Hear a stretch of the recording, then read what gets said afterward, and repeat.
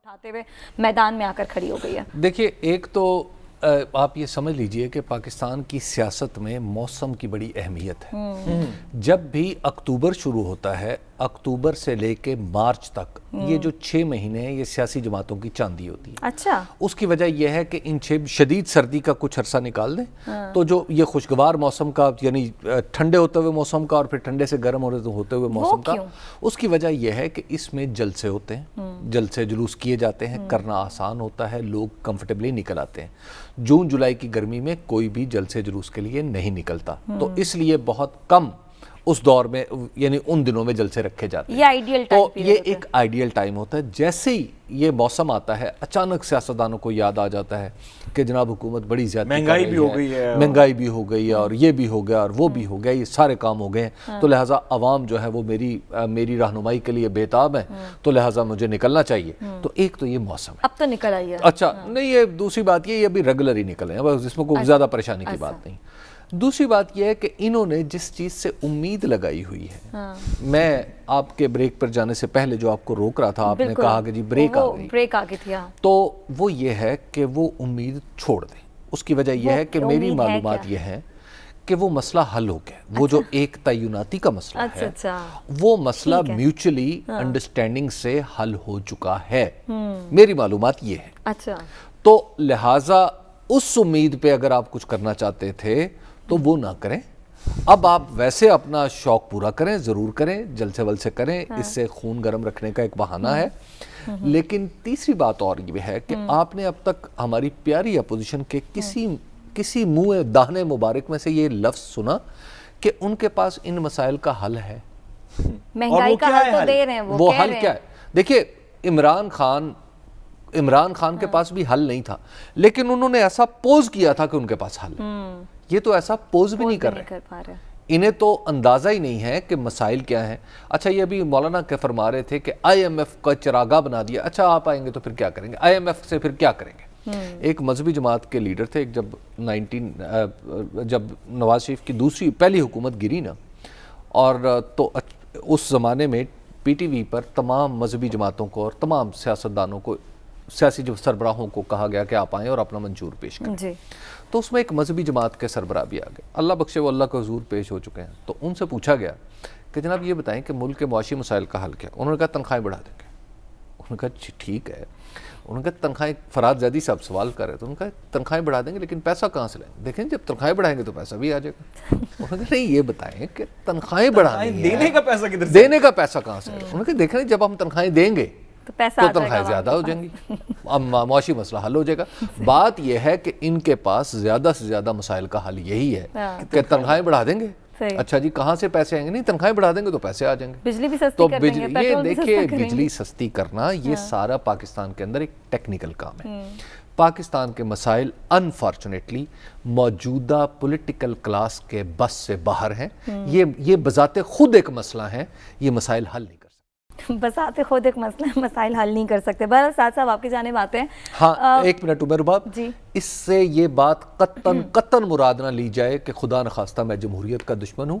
میں جمہوریت پہ بلیو کرتا ہوں، لیکن ایسی جمہوریت جو اولیگارکی بن جائے، میں اس کو جمہوریت کہنے کے لیے میرے اندر اتنی دلیری نہیں. ساتھ صاحب اپوزیشن جو بھی خوش فہمی دل میں لے کر عوام کے سامنے نکلی ہے، لیکن عوام کو تو وہی بتا رہے ہیں کہ آپ لوگ مہنگائی کی وجہ سے پس چکے ہیں. ہم نے آپ کو اس سچویشن سے باہر نکالنا ہے.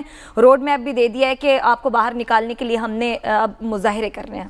دیکھیے ہم اختلافی نوٹ پر بیٹھے ہوئے ہیں، اور مجھے بڑے افسوس کے ساتھ حبیب صاحب سے اتفاق کرنا پڑ رہا. گزارش یہ ہے کہ یہ جو ابھی آپ نے بات کی ذرا اس کو پھر سے ایک دفعہ دہرائیے. بات یہ آپ نے کی جو اپوزیشن کہہ رہی ہے کہ کہ عوام مہنگائی میں پھنس چکے ہیں، ان کو وہاں سے نکالنے کے لیے ہم ایک تحریک چلائیں گے. اچھا تحریک سے مہنگائی کم ہو جائے گی؟ ابھی تحریک تو آپ خود کو پاور میں لانے کے لیے چلائیں گے، عوام کو مہنگائی سے نکالنے کے لیے کیا کریں گے؟ یہی تو کریں گے کہ ہمیں ووٹ دیں پھر ہم نہیں ان دونوں چیزوں میں فرق دیکھیں. جو عمران خان نے کیا تھا وہ یہی کر رہے ہیں. دونوں چیزوں میں فرق دیکھیں. عنایت حسین بھٹی صاحب کے چھوٹے بھائی تھے کیفی صاحب، اللہ تعالیٰ عنایت حسین بھٹی صاحب بڑا کام کیا انہوں نے. کیفی صاحب کا ایک انٹرویو، انہوں نے پوچھا کہ یہ بتائیے کہ سب سے بڑا اداکار کون ہے؟ انہوں نے کہا پا جی. انہوں نے کہا جی مطلب نیسن بٹی صاحب. انہوں نے کہا سب سے بڑا گلوکار کون ہے؟ انہوں نے کہا پا جی. انہوں نے کہا سب سے اچھی فلم میں ہدایت کاری کون کرتا ہے؟ انہوں نے کہا پا جی. انہوں نے کہا سب سے اچھی فلم سازی کون کرتا ہے؟ پروڈیوسر کون اچھا ہے؟ انہوں نے کہا جی پا جی.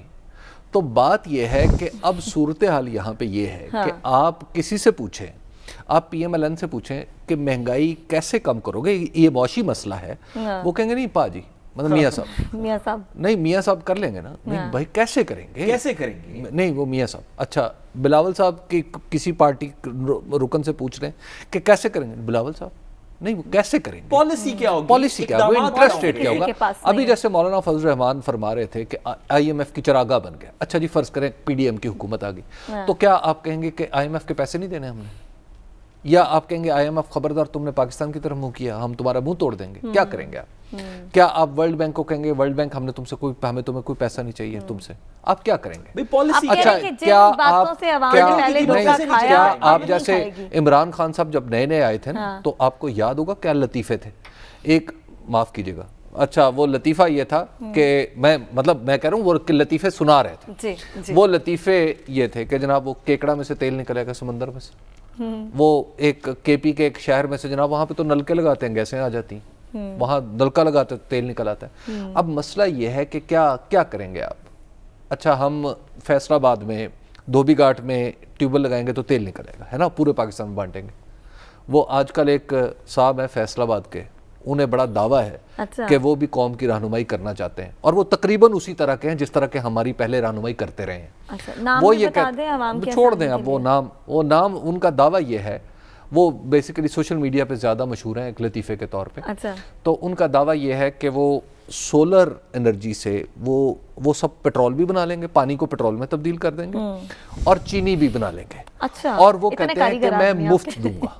ٹھیک ہے, اب بات یہ ہے کہ کیا آپ اس طرح کے لوگ ہیں, کیا آپ وہ کرنا چاہتے ہیں؟ آپ سے پہلے بھی ویسے آپ اور آپ سے پہلے والے یہی کرتے رہے. سمر مبارک من صاحب نے بھی اسی طرح کے مشورے دیے تھے ریکو ڈیک کے اندر. اچھا ہاں سمر مبارک من صاحب, وہ بھی ایک, اب میں اب آپ کو وہ بھی ایک سائنس کے نام پہ ایک عجیب, مطلب بس اب چھوڑ دیں, میرا خیال پروگرام کا وقت.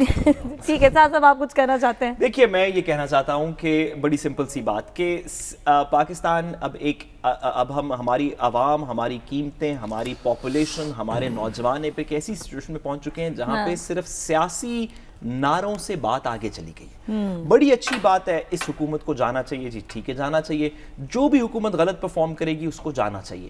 جو نہیں آئے گی اس کی پالیسی کیا ہے یہ بتائیں, آپ کیا اقدامات لیں گے یہ بتائیں, آپ کے کیا 1 2 3 4 سٹیپس ہوں گے یہ بتائیں. یہ کہہ دینا کہ میرے ساتھ نکلو, مہنگائی ہو گئی ہے, میں اس کو دھکے مار کے گھر سے نکال دوں گا, چکی ہے نا. اچھا تو پھر جب نکال دیں گے آپ گھر میں بیٹھ جائیں گے, تو پھر آپ کیا کریں گے یہ بتائیں ہمیں, اس کے بغیر. اچھا ایک چھوٹی سی وضاحت مجھے کرنی ہے, وہ یہ ہے کہ کل کے پروگرام کا ایک کلپ جو ہے وہ بڑا وائرل ہوا, جس میں بتا رہا ہوں کہ جناب پوری دنیا میں مہنگائی ہوئی ہے, تو ہمارے ہاں بھی مہنگائی ہوئی ہے.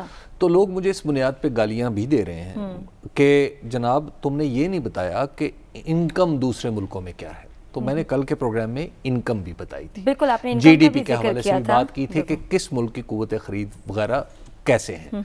تو مسئلہ یہ ہے کہ اب کسی نے وہ اپنے حساب سے وہ کاٹ کے, وہ ایسے لگ رہا ہے کہ میں پاکستان تحریک انصاف کی جو مہنگائی کی جو ڈرائیو ہے دراصل اس کو سپورٹ